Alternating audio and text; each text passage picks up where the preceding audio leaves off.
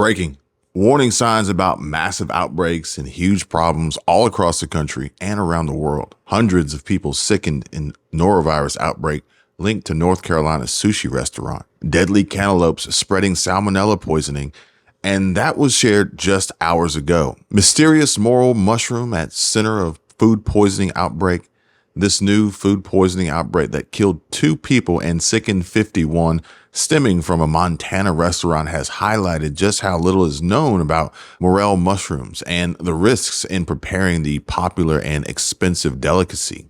The FDA conducted an investigation into morel mushrooms after the severe illness outbreak linked to Dave's Sushi in Bozeman, and the investigation found that undercooked or raw morels were the likely culprit, and it led the agency to issue its first guidelines on preparing morels. Most importantly, pointing out how the toxins in morel mushrooms that may cause illness are not fully understood. And our risks aren't solely limited to food, folks. But also, Vox shared how a fight over data made South Dakota's bad syphilis outbreak even worse. And secrets are leaked. Russia tries to deny mystery virus outbreak as video evidence shows row upon row of ambulances. This is a very bad sign, folks, and it's only going to get worse. So the CDC warns of growing deadly salmonella outbreak linked to cantaloupe. And really quick, if you wouldn't mind, please give this video a like to show your support for the channel and subscribe. Just takes a second. All right. So the Centers for Disease Control and Prevention, the CDC, in the United States has issued a warning regarding a significant salmonella outbreak linked to cantaloupe consumption. This outbreak has resulted in at least 302 people in the U.S. and 153 in Canada falling ill, with a total of 10 deaths so far, 4 in the U.S. and 6 in Canada, and numerous hospitalizations. Key points about this outbreak include affected population, where particularly vulnerable groups include young children, seniors over the age of 65 years old, and individuals with weakened immune systems. The outbreak has raised concerns as it has affected people in various settings, including child care centers and long-term care facilities. The source of the outbreak, as the contaminated cantaloupes have been traced back to 2 brands, Malachita and Rudy, grown in the Sonora area of Mexico. Sophia Produce LLC and Pacific Trellis Fruit LLC have recalled over 36,000 boxes or cases of these cantaloupes, and the investigation status currently has health officials in the U.S. and Canada still investigating the exact cause of the contamination. Cantaloupes are prone to bacterial contamination due to their netted, rough rinds, and potential contamination sources include animal waste in fields, tainted irrigation water, unsanitary handling, and pests in packing facilities.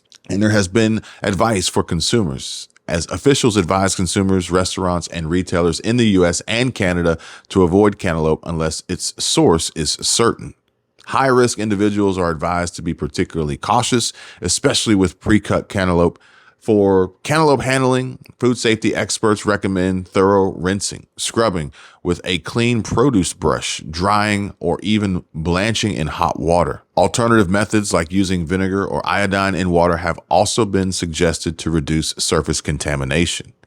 And the timeline, well, the first U.S. case was reported on October 16, with recalls starting on November 6. The latest illness was detected on November 28, and the Mexican health officials have temporarily closed a melon packing plant that was implicated in the outbreak. The CDC emphasizes the seriousness of this outbreak due to the severity of the illnesses and the widespread distribution of the contaminated fruit, and consumers are urged to stay informed and practice recommended food safety measures. And what's the old saying about the norovirus? You don't want it. A norovirus outbreak in Raleigh, North Carolina, linked to the popular sushi restaurant Sushi99 has resulted in at least 241 people falling ill. The norovirus, known for causing sudden severe vomiting and diarrhea, is highly contagious and can spread through food preparation or close contact with an infected person. Key points about this outbreak include the source, of course, Although Sushi9's manager, Mac Schreiber, expressed belief that the outbreak was not caused by the food, but rather by a customer who dined there, the restaurant voluntarily closed for deep cleaning as a precaution. Now, Sushi9 has since reopened. And in response, the co-owner of the restaurant, Lisa Fatfat, informed WRAL News that Sushi9 has undertaken thorough cleaning and inspection and is cooperating with health officials. The Wake County Public Health has stated that an environmental health consultant is conducting daily visits to the restaurant, and no new complaints have been reported since its reopening on December 8th. The spread and the impact of the norovirus is notably more rampant in the winter, facilitated by gatherings and food-related events. It can spread rapidly in places like schools and on cruise ships. And this past summer, there were a record 13 norovirus outbreaks on cruise ships just before July. For preventative measures, the CDC recommends washing hands with soap and warm water for at least 20 seconds to prevent norovirus spread, noting that hand sanitizers are less effective. The Mayo Clinic also advocates for soap and water over alcohol-based sanitizers.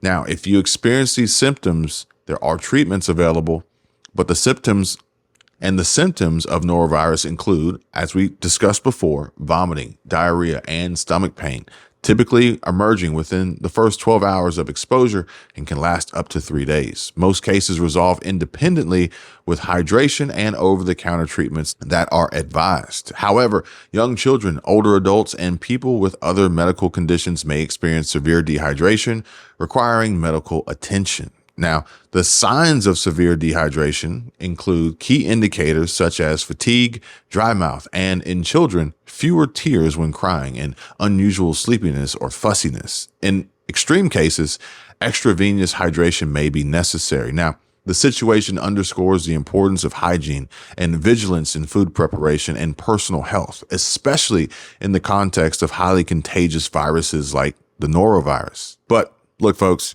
I just want you all to know what's going on and to be ready and get prepared for all that's happening right now. And to help you prep, remember, knowledge is the best prep. So keep this in mind when preparing for 2024 or any future year for that matter. It involves a mix of general readiness and specific strategies based on these anticipated changes or events. And here are some key areas to focus on: financial planning, savings. Increase your savings. Aim for an emergency fund that can cover at least 3 to 6 months of living expenses. Investments. Diversify your investment portfolio to mitigate risks. Budgeting. Review and adjust your budget to manage inflation and changing economic conditions. Focus on your health and wellness. Medical checkups. Stay up to date with regular health checkups and fitness.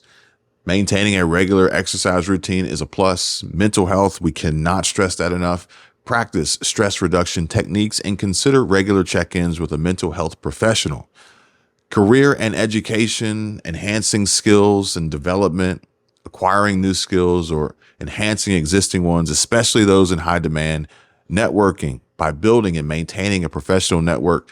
Focusing on career planning, set career goals, and create a roadmap to achieve them. Home and family, home maintenance, folks, keep your living space in good condition and consider any necessary upgrades or repairs. As you work towards emergency preparedness, have a well-stocked emergency kit and a plan for potential natural disasters. And don't forget about your family and discuss a plan for any major family decisions or changes. The community and social and community engagement aspect is key. Stay informed about local events and issues, social connections, foster strong relationships with friends and family.